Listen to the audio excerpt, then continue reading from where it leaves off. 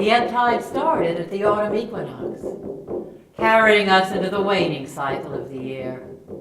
We gathered our harvest. Night crept up upon the day. Summer's warmth faded away. As the winter began, we honored those who have gone before us, our ancestors and heroes, known and unknown. Their memories abide. Now we approach the darkest season, winter solstice, Brumalia, Saturnalia. Midwinter, birthday of the sun, Modronit, Yule.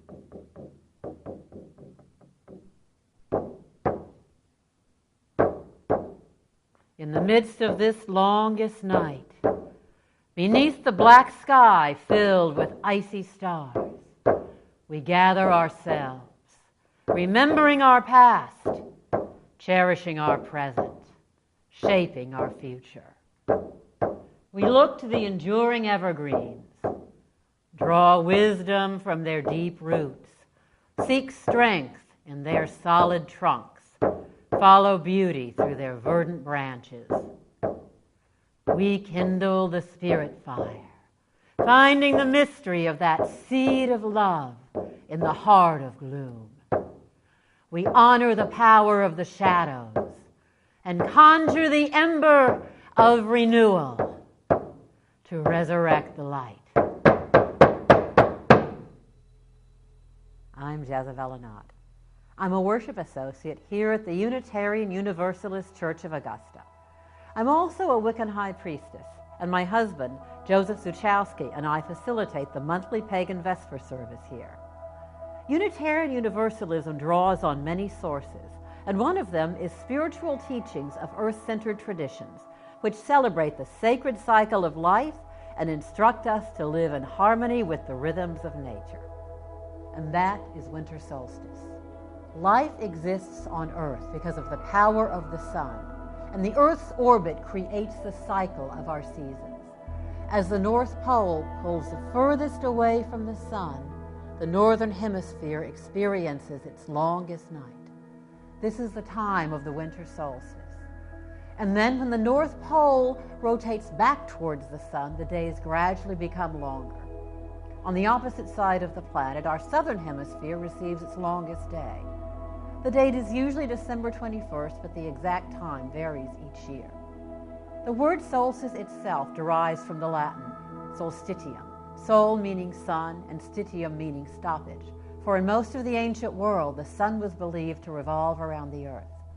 This long time of darkness was very disheartening, even terrifying, especially in the chill of northern Europe, for what if the sun did not come back? Winter was often a lean season, with the ever-present danger of starvation.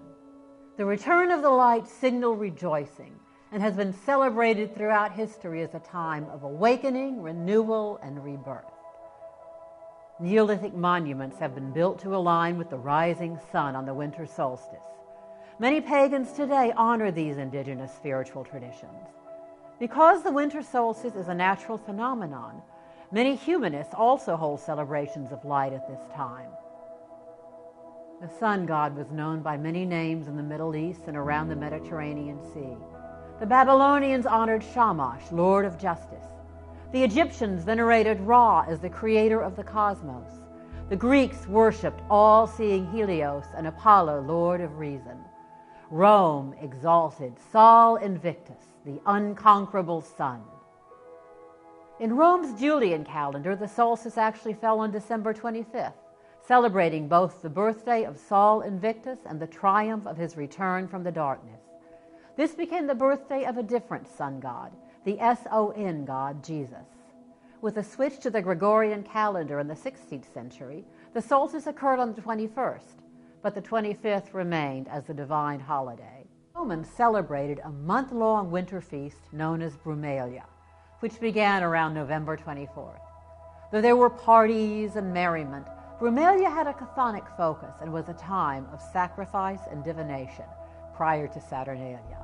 And then the party began.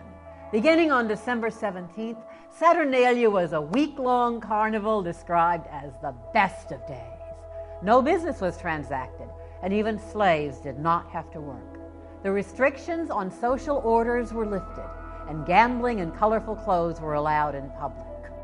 People celebrated by feasting, visiting friends, and giving gifts, especially wax candles, signifying the returning light. Saturnalia commemorated Saturn, the god of agriculture, wealth, and liberation. Saturn was later conflated with Kronos, god of time, and now appears to us on New Year's Eve as Father Time with the scythe in his hand.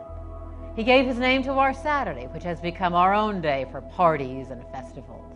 Many of our seasonal celebrations come from Northern Europe, for there the darkness is even longer.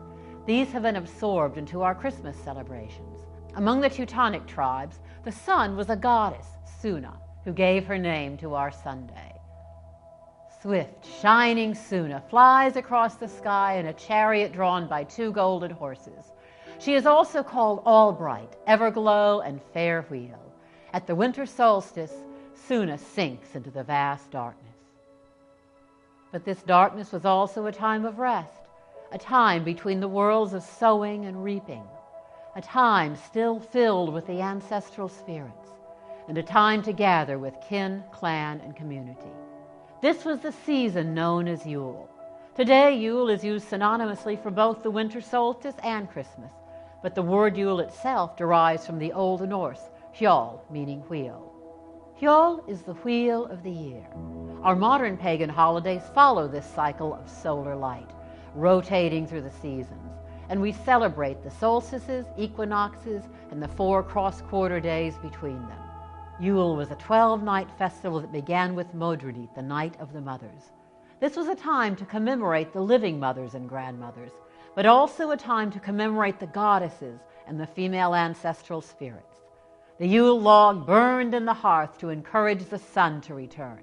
These were nights to stay indoors, for outside, Odin, the shamanic god of wisdom and magic, led a group of Valkyries and dead heroes across the sky in a spectral procession known as the Wild Hunt. During this wild hunt, if Odin found anyone outside, that person would be judged on their honor and courage. If they passed, they would be given gold, but if they failed, they would be taken away. Odin also had a beneficent aspect. The children would fill their boots with hay and leave them beside the hearth fire for Odin's 8-legged horse Sleipnir, and in return, Odin would leave them gifts. Early form of Santa Claus.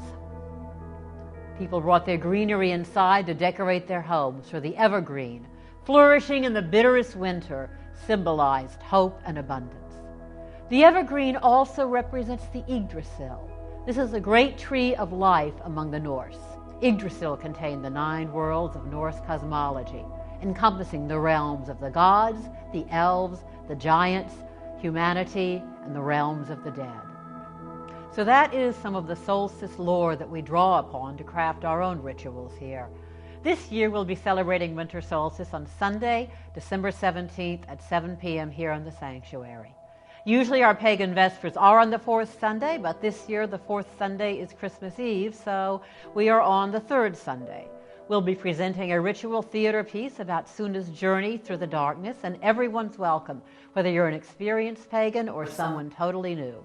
Our circles are very participatory and include drumming, chanting, and meditation. One of the major sources for reconstructing Norse paganism is the Poetic Edda, a collection of Scandinavian poetry recorded in the 12th century. A piece that is often used for the winter solstice is the Lay of Sigdrifa, greeting the dawn. Hail to thee, day! Hail, ye day's sons! Hail, night and daughter of night! With blithe eyes look on us, and to those sitting here speed. Hail to you, gods! Hail, goddesses! Hail, earth, that giveth to all. Goodly spells and speech bespeak we from you, and healing hands in this life. So mote it be.